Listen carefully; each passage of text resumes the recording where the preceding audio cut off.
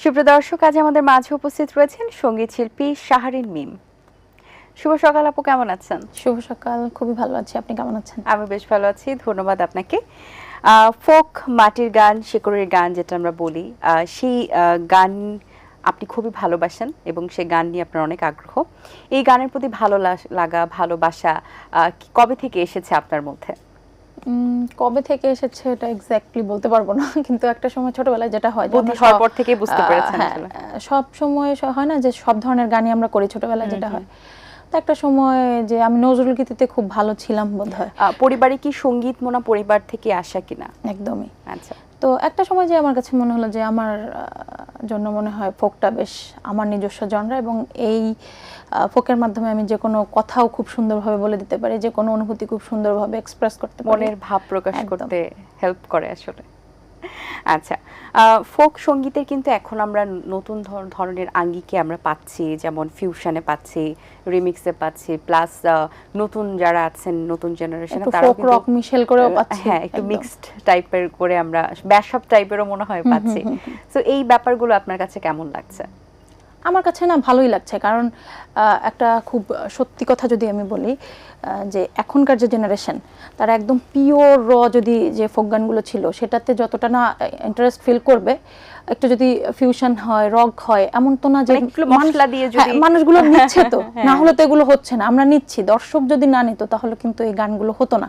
অবশ্যই দর্শক প্রিয়তা পাচ্ছে জন্য এই গানগুলোর দিনকে দিন প্রচলন বাড়ছে। তবে পিওর ফোকের একটা আলাদা আমি বলবো আবেদন আছে, যেটা ফিউশনের মধ্যে অতটা আবেগ, অতটা ফিলিংস হয়তো বা আমরা একটু হারাচ্ছি। আপনার হাতে খড়ি কাদের কাছে হয়েছে? আমার হাতে খড়ি হয়েছে সঞ্জয় কুমার ওঝা, তপন কুমার নট্ট, জয়প্রকাশ বিশ্বাস এবং সুমন দাস, এই চারজনের কাছে। আচ্ছা, বাহ। আপনি তো গুরুজিদের কাছ থেকে অনেক কিছু শেখা হয়েছে, এবং শেখার তো আসলে শেষ নেই, আরও শিখছেন আর আগামীতে আরও শিখবেন। জীবনের শেখার পথে এমন কোনো সব কথা আছে যেটা আপনার লাইফে হয়তো বা অনেক বেশি ইন্সপায়ার করেছে আপনাকে? কারণ আমরা শিখতে গিয়ে অনেক ধরনের এক্সপিরিয়েন্স করি। শেখার সময় হয় না যে একটা সময় যে ভয়েসের যে আপ ডাউন যে ব্যাপারটা আসে, একটা সময় হয়েছে কি আমার ভয়েসটা খুব বাজেভাবে নষ্ট হয়ে গিয়েছিল আর কি। আর আমরা যেটা হয় যে আমরা তো আসলে উচ্চ স্বরে গান গাইতে পারলেই যে এই মেয়েটা খুব ভালো গাইতেছে, এই ছেলেটা খুব ভালো গাইতেছে, এরকম হয়। তো আমি তো আসলে খুব বলবো যে মফস্বল থেকেই বেড়ে ওঠা, আমার খুব বেশি সেখানে সুযোগ সুবিধাও ছিল না, বা কেউ একজন ভুল ধরিয়ে দেবে এরকম ব্যাপারটাও ছিল না। তো ওইখান থেকে আমি বলবো যে যখন একদম ভয়েসটা আমার হয়ে গেল, সবাই যখন খুব হতাশ হয়ে পড়লো, তখনও আমার বাবা মা আমার প্রতি একটা বিশ্বাস রেখেছিল হয়তো বা কিছু হবে, হয়তো বা কিছু হবে। এই যে পাশ থেকে যে ইন্সপিরেশনটা, এটা যদি পরিবার থেকে না আসতো তাহলে হয়তো বা এই পর্যন্ত আসা আমার জন্য সম্ভব হতো না। কারণ একটা মানুষ নিজের সাথে নিজে সবচেয়ে বেশি কথা বলে, তো বাইরে থেকে যখন শোনা যায় যে এই ভয়েসটা ঠিকঠাক যাচ্ছে না, এই গানটা ঠিকঠাক হচ্ছে না, ও খুব ভালো গাইতেছে, ও খুব ভালো করতেছে, তুমি কেন পারছো না, তখন আরো ডিমোটিভেট হয়ে যায়। এটা যদি ফ্যামিলি থেকে আমরা পাই যে ও খুব ভালো করতেছে, তুমি কেন করতে পারতেছো না, তখন তো আরো খারাপ। এই ব্যাপারটা আমি না ফ্যামিলি থেকে পাইনি, যে ও করতেছে তুমি কেন পারতেছো না, তুমি যেটা করতেছো তুমি করো, তুমি আগাও, এটা পেয়েছি আমি। হয়তো এটাই আমার জন্য সবচেয়ে বড় inspiration. It's a blessing actually, যে এরকম ফ্যামিলি মেম্বার্স পাওয়াটা কিন্তু একটা লাক। খুব ভালো আপু, আমরা আরো কথা বলবো, তার আগে আপনার কণ্ঠে একটা গান শুনে নিতে চাই। আমি লালন গীতিই বেশি করি, আমি একটু চেষ্টা করছি। বড় আশার বাসায়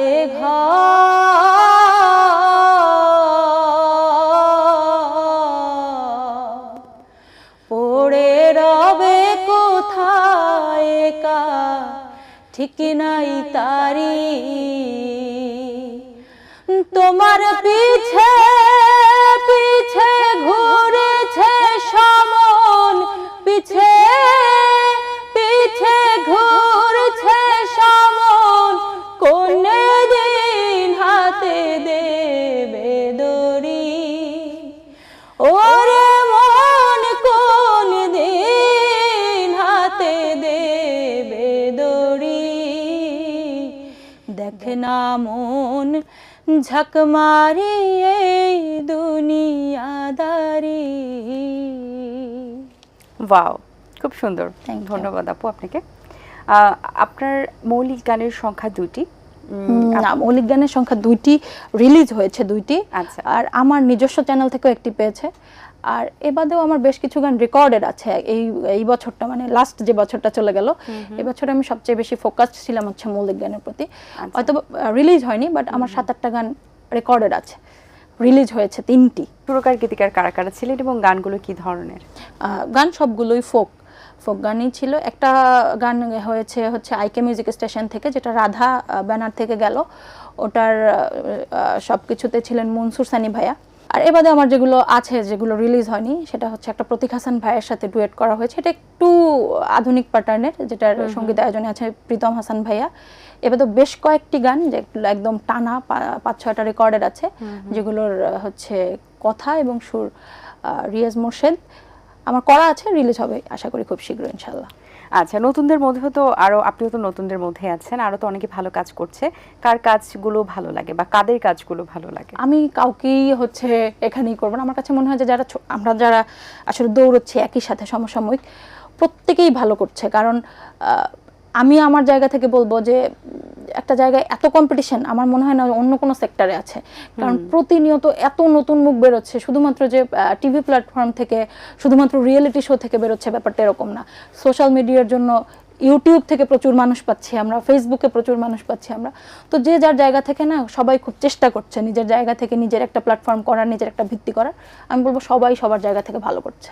এবং এখন তো মিউজিক ভিডিওরই যুগ চলে এসেছে, এবং আগামীতে হয়তো বা আরো আপডেটেড হয়ে কি হবে আমরা আসলে বলতে পারছি না, কারণ এআই এর যুগও চলে এসেছে। একদম। সো মিউজিক ভিডিওর কারণে যেটা হয় যে অনেক সময় সঙ্গীত শিল্পীকে দিয়ে গান গাওয়ানো হলে মডেলকে নেওয়া হয়, একটু নন ফেস, যাদেরকে দর্শক চেনেন বা একটু ফেমাস কাউকে। সেক্ষেত্রে আসলে অনেক সময় দেখা যায় যে গান যেমনই হোক না কেন, মডেলের কারণে হয়তো বা অনেকে ভিউ পাচ্ছে, বা এই ব্যাপারগুলো আপনি আসলে কিভাবে দেখেন? এটা শুধুমাত্র এর কারণে বলবো না, আমি বলবো যে ভিউয়ের ব্যাপারটা আমরা এত বেশি কাউন্ট করছি। টিভি মিডিয়াতেও কিন্তু এখন কার ভিউ বেশি এটা দিয়ে গানের জন্য ডাকা হচ্ছে বা নাচের জন্য ডাকা হচ্ছে। আবার দেখা যায় যে একটা মিউজিক ভিডিওতে আমাদের গান রিলেটেড কেউ না, নাচ রিলেটেড কেউ না, হয়তো আমরা ওরকমভাবে মিডিয়া কেন্দ্রিক কেউ না, অথচ একটা প্ল্যাটফর্মে তার অনেক ভিউ আছে। যেমন টিকটকে যদি আমি বলি, এটা কিন্তু যে কোনো ধরনের মিডিয়াতে দেখবেন যে টিকটক যারা করে তাদেরকে দিয়ে, এবং ওখানে প্রমোশনাল কাজগুলো যা করা হয়, এবং টিকটকে হয় কি, যেহেতু 30 সেকেন্ডের একটা ভিডিও, 60 সেকেন্ডের একটা ভিডিও, মানুষ এত নিচ্ছে এবং এটা এত বেশি প্রমোট হচ্ছে, আমার কাছে কখনো কখনো মনে হয় যে গানের সুর নেই বা কথা নেই, বাট তারপরও সেটা দর্শক জনপ্রিয়তা পাচ্ছে। কারণ ওই যে টিকটক বেসড প্ল্যাটফর্ম, ওখানে একই গানে মুখ মিলাচ্ছে সবাই। হ্যাঁ, তো আমার কাছে মনে হয় যে এখানে কখনো কখনো অনেক ভালো গান খুব আন্ডাররেটেড, অনেক আন্ডাররেটেড গান খুব ওভাররেটেড। এটা আমি ভিউ দিয়ে আসলে আমি জাজ করি না। আচ্ছা, এই মুহূর্তে আরেকটি গান শুনে নিতে চাই, কোন গানটি শোনাবেন? এবারে এটা আমার খুব পছন্দের একটি গান, চেষ্টা করছি। না জানি কোন অপরাধে দিলা এমন জীব, আমারে পোড়াইতে তোমার এত আয়োজন, আমারে ডুবাইতে তোমার এত আয়োজন, হায় আমারে ডুবাইতে তোমার এত আয়োজন, সুখে থাকার স্বপ্ন দিলা, সুখ তো দিলা না, কত সুখে আছি বেঁচে খবর নিলা না, বিধি খবর নিলা না, আমি ছাড়া কেউ না হয় আমার দুঃখের পরিজন, আমারে ডুবাইতে তোমার এত আয়োজন, হো আমারে পোড়াইতে তোমার এত আয়োজন। বেশ বেশ বেশ দারুণ, ধন্যবাদ আপনাকে।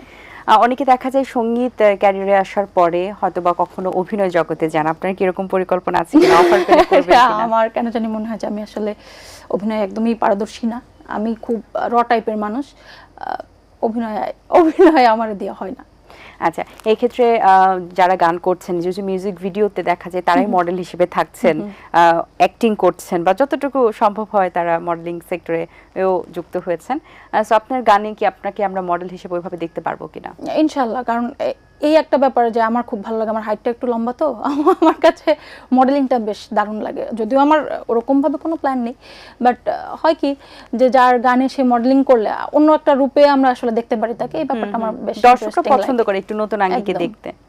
আচ্ছা, অবসর সময়ে কোন শিল্পীর গান বেশি শোনা হয়? আমি সমস্ত শিল্পীর গান শুনি।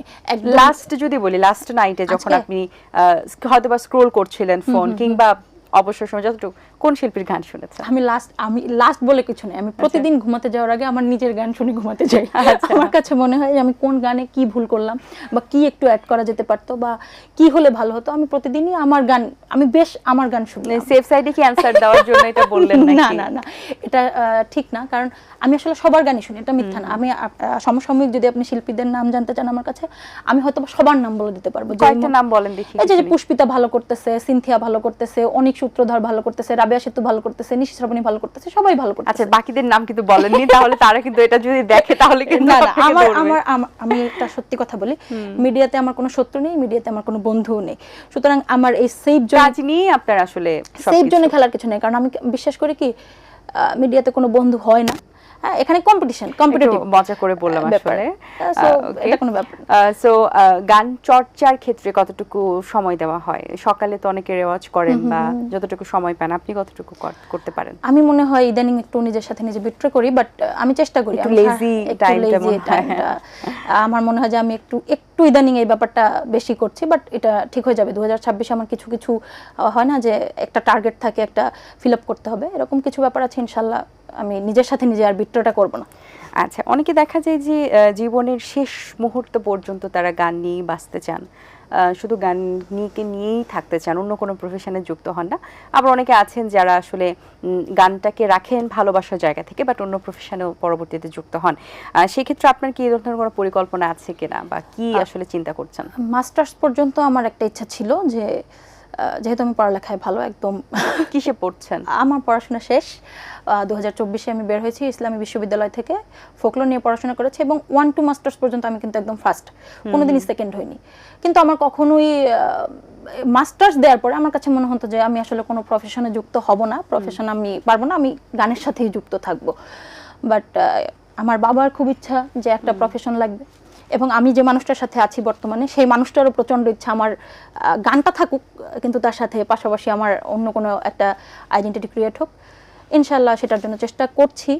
আমার খুব রিসেন্টলি সব কিছু গুছিয়ে নিতে পারলে, খুব রিসেন্টলি আমি পিএইচডির জন্য হয়তো বা দেশ ছাড়তে হতে পারি। নাইস, অনেক শুভকামনা রইল আপু আপনার জন্য।